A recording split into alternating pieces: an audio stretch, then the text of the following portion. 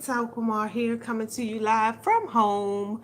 It is a snowy afternoon and I decided to stay home today and not go past the shop just because it's icy and snowy. You see? Let me show you guys. Can you guys see? It's a snowy afternoon here in Maryland. Okay, and so, but I'm coming on live today.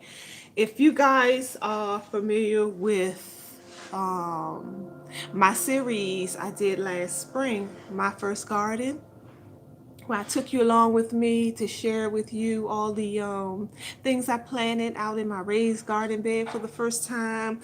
Well, I'm working on season 2, and I figured, well, this time all that is on Instagram. I have like a 8-9 part series, about 15 minutes long each video on My First Garden, but it's on Instagram. So if you're interested in that, you can definitely check that out there under my same name, Alkumar Malik, on Instagram, and I'll take you through that. But today I said I'm going to start this second year off doing it on YouTube. So I'm here with you today to show you what I'm doing. I'm actually creating a greenhouse kit, a seedling kit indoors, starting my seeding off now in preparation for the spring planting season. So I'll go over a little bit of things of what you can expect if you're looking to do this yourself. Family, it really is not that difficult at all. I promise you it's not. And when I first got started, I thought so too. I was like, oh God, I did all this research, and YouTube is it's actually a university, really, real talk, even for this kind of stuff. And I did a whole lot of research, and I was checking around, and I was putting all my ducks in a row, and in preparation for last year's plotting season, because I had never done it before. But when I got going, I realized, oh, this is not as difficult as I thought going in. So let me go in. Jiffy. Now, last year I used Burpee brand greenhouse kit, right? And it worked for me fine. This year I'm using Jiffy. I'm not familiar with Jiffy. This is going to be my first time using Jiffy, but it's the same concept. And let me show you guys what I'm doing here. So I'm going to be maneuvering this video camera too a little bit so you can see better. Let me show you. So check this out. So this is what it looks like. It's a 72 peat pallet, and you can get these smaller, right? This comes with 72 peat pallets. They come in like 32. You can get them in 24 in different sizes. So this is probably one of the biggest sizes that you're gonna find. Let me make sure and let me know, y'all, if y'all can hear me okay, because I do have I just want to. Give me a second. I want to level this out. Now, I'm not on one of them fancy YouTubers that y'all, can go on. They got all these fancy intro videos and music and graphics, and that's not I'm not familiar with all that yet. So bear with me. But I'll give you guys the A, B's, and C's. So what you do is you get yourself a gallon of water, warm water, right? And so I pour this gallon. Let me see if I can move back some. Yeah, that'll work better, I think. That works better. Let's see if I can get us all in here. So, a gallon of water, and the kit comes with this plant vitamins, right? It's just a liquid form, a little bit of liquid in here, not a lot at all. And you pour this in a gallon of warm water, right? And then what I normally do, I just take a little, another pouring cup just to make it easy to pour. And I pour, and I did like the bulk of it. Now, as you can see, this thing was full. So most of the water has already went into this greenhouse kit. But I'll show you. You just, it really no rhyme or reason. You just pour the water right on over. When they start off as little tiny pellets about this thin. And once you pour all the water and pour all the water and pour all the water, they start to thicken up and get big like so. I'll show you again on this video here. I mean on the screen. See that? So that's how it starts. That's how it ends. And the beautiful thing about these kits is that everything comes in it. So you don't have to pour your own soil. You don't have to mix your own soil to get it to the right consistency that you need for seedlings or any of that. You can just rip open the kit and it comes all prepared for that. Okay, now what you'll see too is what I've done is I've labeled. Let me bring you closer. You see that? So I've labeled all of my seeds. You definitely want to do that, okay? Because if you do not label what seed is going where, you're going to be completely confused. Like me, because I have like, what is this, like 24 different plants that's going to be growing in this whole thing. And so if you don't label them, you're going to be confused as to what it is. And you do not, I repeat, you do not want to plant anything, especially if you have a limited amount of space. You don't want to plant anything in your garden that you do not know what it is growing. I learned that last year. I had an unknown plant, and all of them start off small in these seedlings. And I put it out, I didn't know what it was. And I put it out in a raised garden bed with all my other things. And when it started growing, it was squashed and it took over. And when I tell you it took over, it's like half of the whole raised garden bed was this one plant.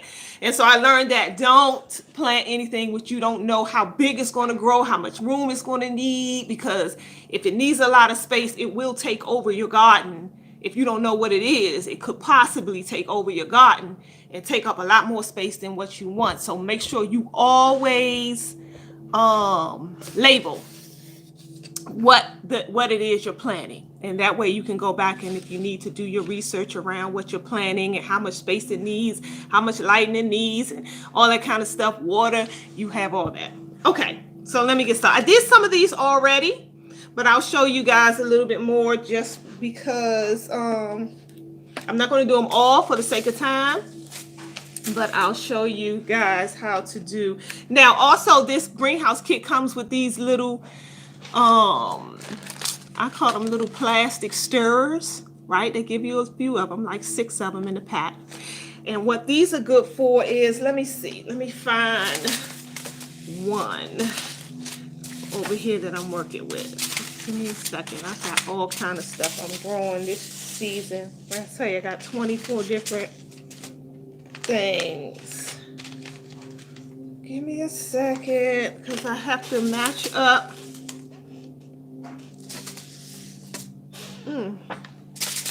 Okay, I might have to turn this around then, because this is not going as quickly as I wanted to. As you can see, I have them labeled on both sides. So what I'm doing is each side gets 3 pellets, right? So 3 of the same thing is going to be growing along each side. But let's see, what can I do here? Corn, let's do the corn. Okay. So I'm just wanting to be fun this year, right? And so my goal this year, I told myself, I'm not going to plant anything again that I am not going to be eating myself. So I did that last year. I was just having fun with it. I figured, everything I get my hands on, I was planting. And half the stuff that I had planted, I wasn't even interested in eating. One of the things that I normally eat in my diet anyway. And so things like radishes and things like that, I'll sprinkle some radishes over my salad, but to be eating it on a regular basis, I don't normally do that. So what I did this year that's different is I'm only planting things that I know I'm going to eat, or I can give away or trade out with other people. So corn. So this is one of those, remember those fancy corns that have all the different kind of corn pellets? So let's plant some corn. Okay. So you really only need 1 seed per pellet, but I do 2 or 3 on purpose just in case 1 seed doesn't permeate. but I'm gonna pull this back down and bring it closer so you can get a good bird's eye of what I'm doing. Okay, and so I take my corn section, which is here. All right, and then I just now mind you, all these, the water is already in them. I open them back up with this thing here, and then you just take a seed. Again, it's your preference if you want one or two. I usually do two just in case I say one doesn't permeate. And you take one seed of each. And it's funny because the seeds, look at the seeds. Can y'all see that? Even the seeds are different colors. So they're going to grow different colors.